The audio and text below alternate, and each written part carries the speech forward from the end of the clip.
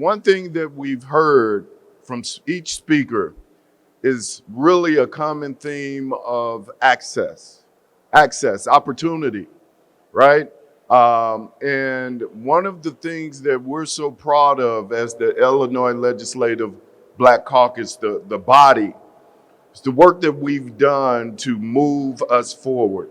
And make no mistake about it, when we move forward through legislation, it's good for everyone. And one of the things I want to highlight, right, is some of the work that we did back in those historical pillars, the economic pillar, number 3. And I want to highlight some things that was pushed through, fought hard for, and signed into legislation. Would be the work that we all did on the Predatory Loan Prevention Act. Newsflash, it is working. Now listen real closely, because I'm not gonna be up here long, but the Predatory Loan Prevention Act, it went into effect March of 2021. And essentially what we did was we looked at the Military Loan Act, and we capped rates, consumer loan rates, at 36% interest. We got away from the triple digits and put it at 36% interest. Now, since we've done that, a report came out, and this is the basis of my speech.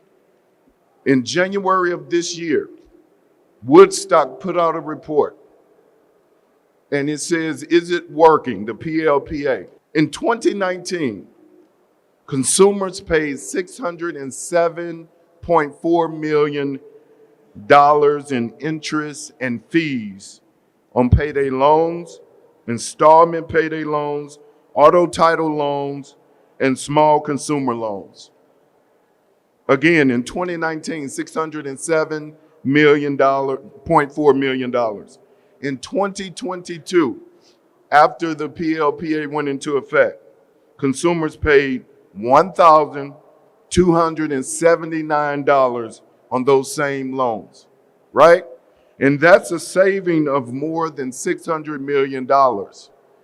That's the power of legislation. That's the power of the Black Caucus.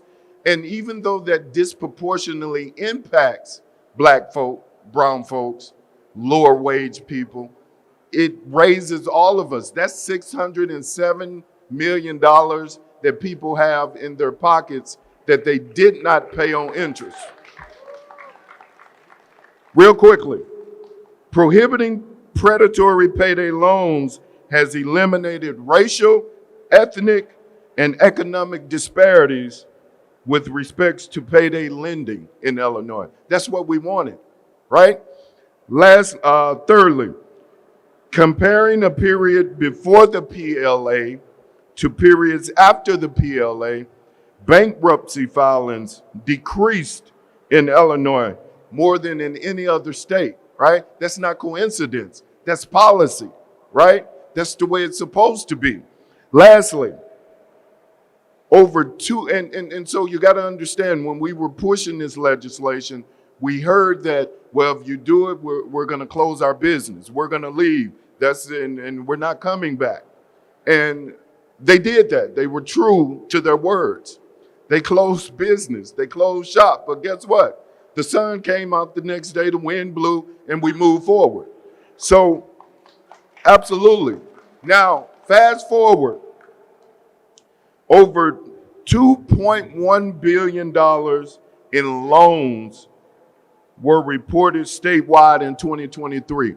Over 2.1 billion. We've never had that amount. And that's with the PLA. In 2019, we only had $1 billion. That's before the PLA. In other words, the PLA is working, right? More people are taking out loans because the loans are capped at 30% interest. Real legislation, tangible results. That's what we're pushing. I'm very pleased with the budget that the governor has presented today. It is a proposal. I want to be clear, it's a proposal. And there are a lot of things in this proposal that I feel are progressing our state forward. But I would be remiss if I did not mention one thing about housing. See, the African American community has been experimented on since our ancestors crossed those shores. I'm gonna say that again.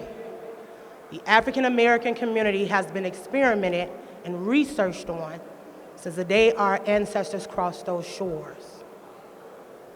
For decades, our community has said housing has been used as a tool to discriminate against African Americans, to lock us out of something that is it's a basic necessity, and that's access to owning their own home, creating their own generational wealth. And it has been done before. Let's talk about Black Wall Street, Tulsa, Greenwood, Oscarville, that they drowned and put a lake on top of it.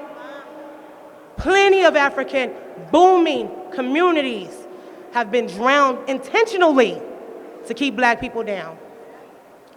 So I do not blame Black folks for being upset today because they're watching wealth go right before their eyes while they have been crying and screaming and demanding to have access, whether it be to health care, whether it be to housing, jobs, all the access, all the social service you could think of, they have been asking for these things. And even though we are addressing that in this budget and the past budgets, to know that we have $50 million going to research something we already know. We can do better. So I know it's just a proposal, but we have a lot of more work to do when it comes to stability in our community. We need home ownership. We hear people talking about affordable housing, but it is not affordable. The average family is making $38,000 while living in a community where there's $500,000 houses down the street, which drives up the market. We know this. I experienced homelessness as a young person. That wears on your mental. Not knowing where you're able to sleep, where you're gonna get your next meal from. That is something that a young person in the African American community experiences every single day. And we cannot continue to use it as a talking tool, and African Americans don't see that. They want to believe that when we're down here in Springfield, that we are bringing back significant gains, and we have been, but we are in a moment right now where we know our constituents are not happy. And so we have to address this with putting actual funding to removing those barriers so that our constituents in the African American community across the state of Illinois, especially in the rural areas like Cairo, can get real housing, can have a place to really lay their head, can sit at a table, have a meal, and take away some of the stress that we know will cause death because of the high blood pressure, because of the stress and every day of figuring out where am I gonna lay my head at next. I'm telling you, it's not easy going to somebody else's house and they give you a set of rules or charge you extra money just to lay your head on the floor or on the couch, or sleeping inside a cramped up car trying to find out where you're going to wash up the next day. You have to have that experience to understand what I'm talking about.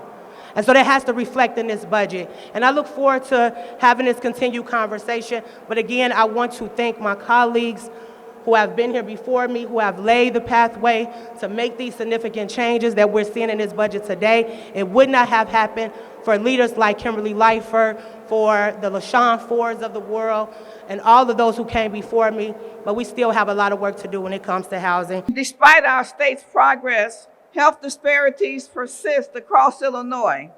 This leaves our Black and brown communities with higher rates of chronic diseases, poor health outcomes, and lower life expectancies. We must continue to prioritize the funding to address these disparities. This isn't just a matter of what's fair or right, it's a matter of public health and justice. Health equity at its core means that everyone has an equal opportunity to live a healthy lifestyle. The governor's proposal includes continued funding for initiatives set forth in the Black Caucus Health and Human Services pillar, including addressing the state's maternal mortality rate and supporting families through the Child Care Assistance Program. This is a step in the right direction as we demonstrate our commitment to prioritizing equitable access to healthcare services and addressing underlying issues.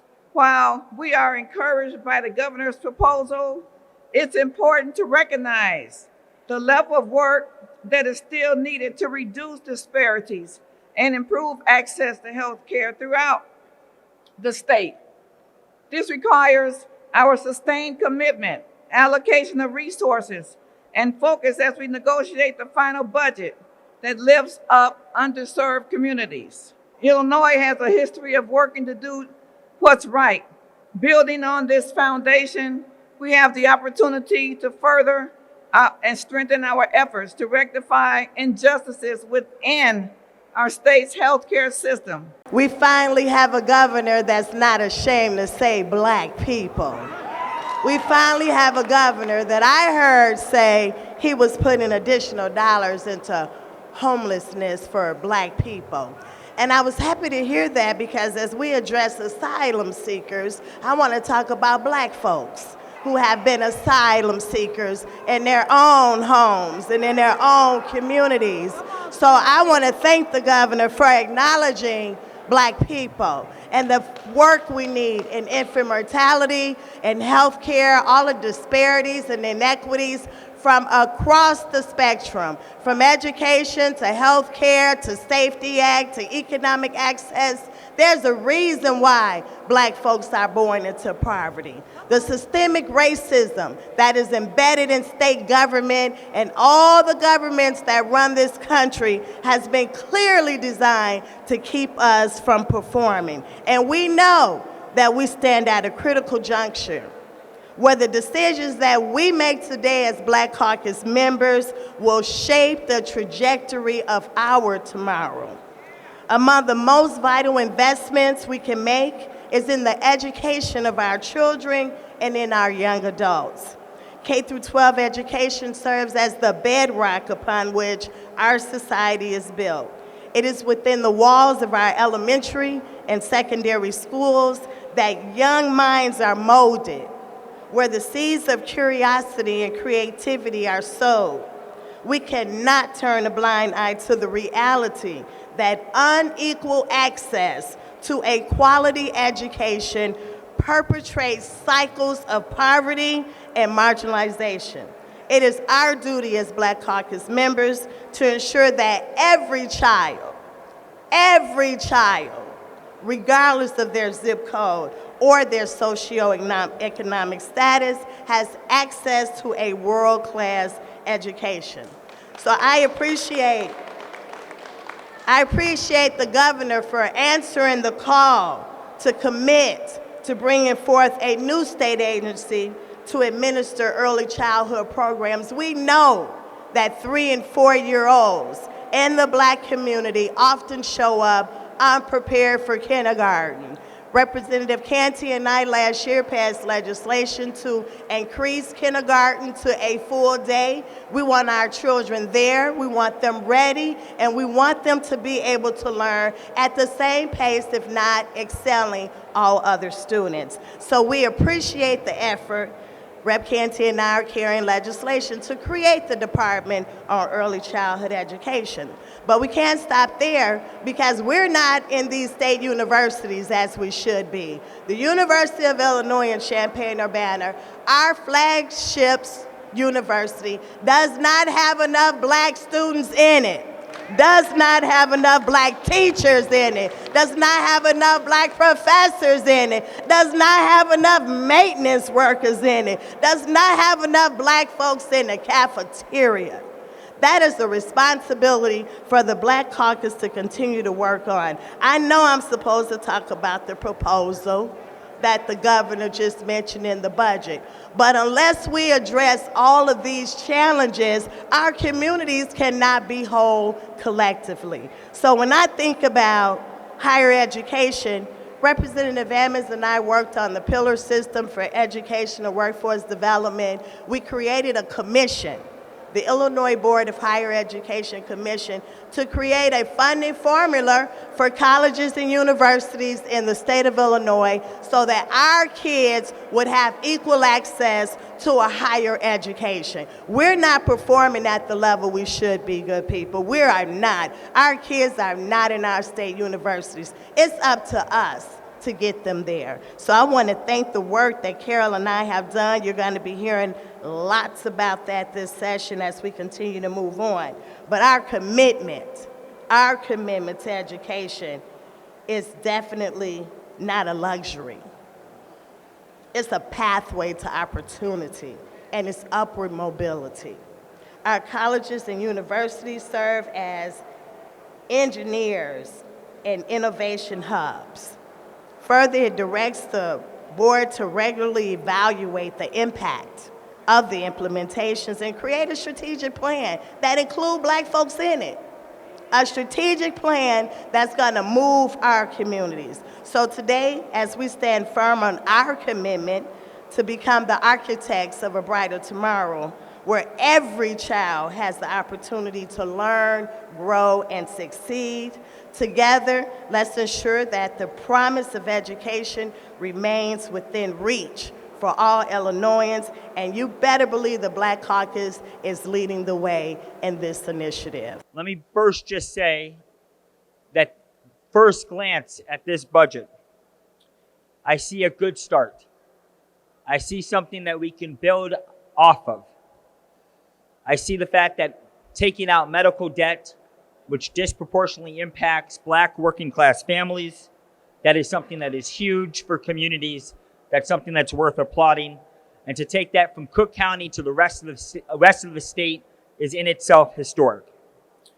I see investments, transformative investments in housing. But it's clear that we have to make sure that we continue to push. As you know, the conversation about the unhoused has risen up over the last 6 months. Well, we need to make sure that that's more than a conversation, that's a budget line item. We also are going to see investments in the Reimagined Public Safety Act and broader Public Safety Act and violence intervention successes. Fundamentally, what you're going to hear from my colleagues behind me is that when we talk about what it means to give to the Black community, that's what it means to give to the rest of Illinois. And that for too long, to be Black in America, to be Black in Illinois, is to be left behind.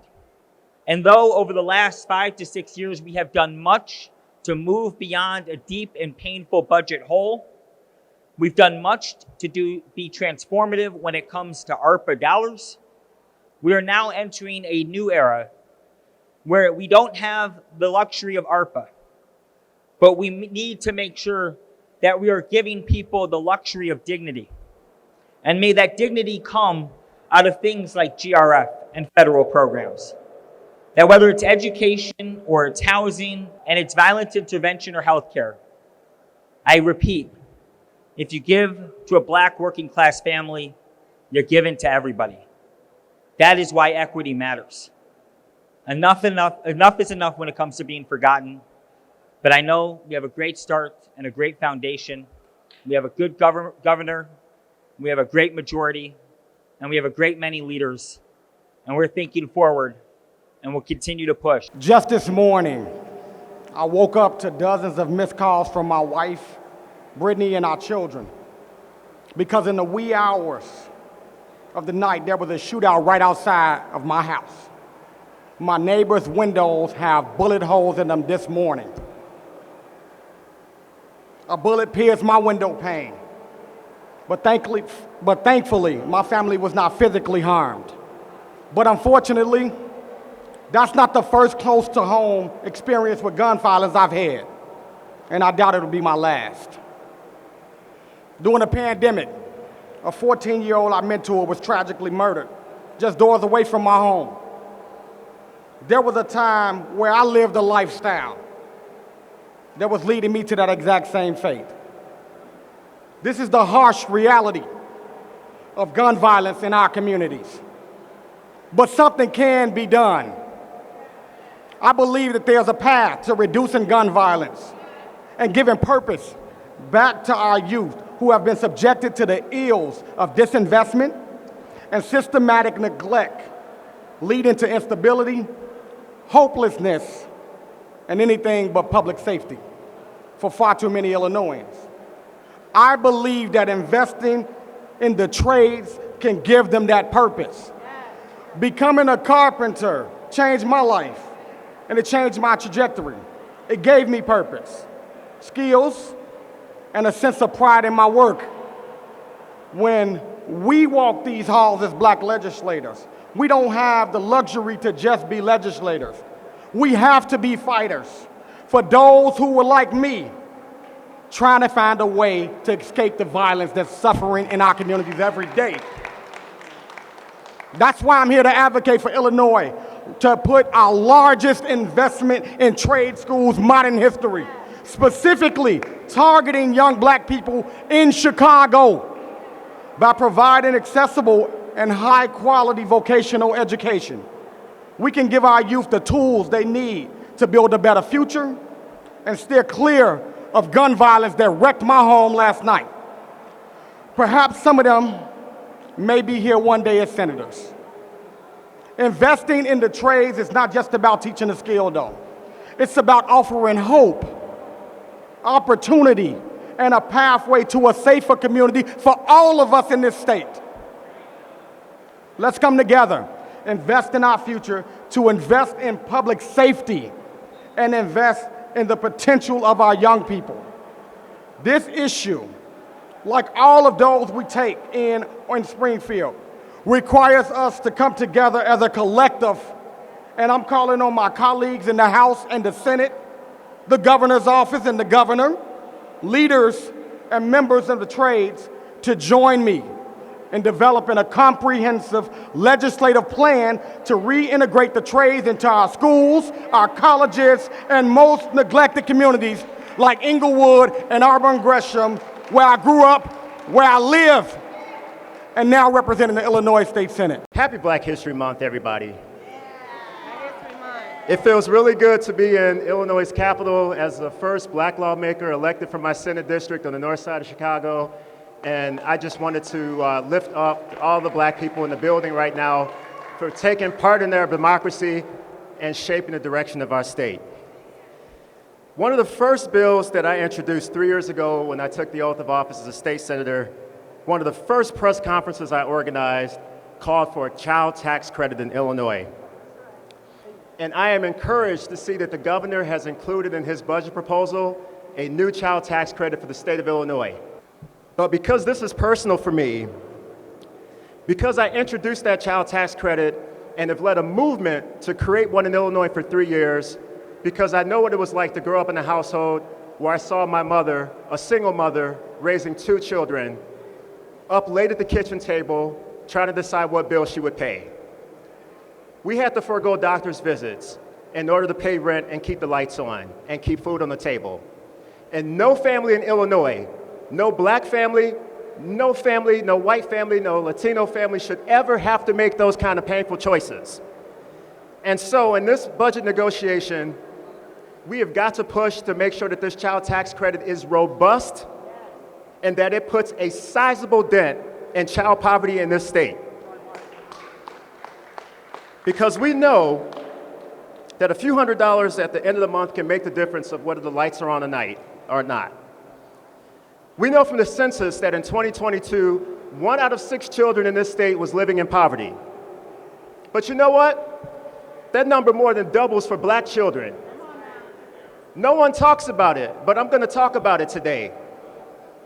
1 out of 3 children in the state of Illinois, 1 out of 3 black children in the state of Illinois is living in poverty. 1 out of 3 black children in our state has to watch their mother or their father or their grandmother, aunt, or in the case of where I grew up, older brother, struggle and scrimp and make undignified choices to get by. And so we know that the child tax credit, when the expansion was done at the federal level, poverty reduced by 46%. So we can do this here in Illinois. A proposal that I've carried would reduce child poverty in this state by 8%. We don't have another day to go on this.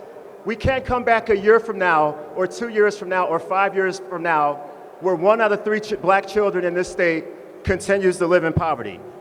So we must name that disparity, and we must be aggressive in fighting for a robust child tax credit for the state of Illinois so that we can become the 15th state in the country to enact a child tax credit.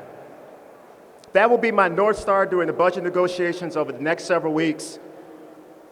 And so I thank you for giving me the opportunity to reflect on that today. And I also want to say thank you to my colleagues who've come up here and talked about violence prevention. And so many of us know what it's like to have a shooting right down the street from our house. I was by a high school in my district 2 weeks ago, and I missed a shooting by 60 seconds where a 16-year-old was killed and laid to rest. What do we say to his mother? What do we say to Devon's mother? What do we say to his father? What do we say to his principal? What do we say to his teachers about why that bullet has taken that child prematurely? And so we got to fight to make sure that we have dollars to bring down violence in our districts so that Illinois can thrive and our communities can be sustainable over time. Thanks for watching this video. Please like and subscribe to keep up to date with news from the caucus. For more information on what the senator is working on, you can follow them on social media using the links in the description below.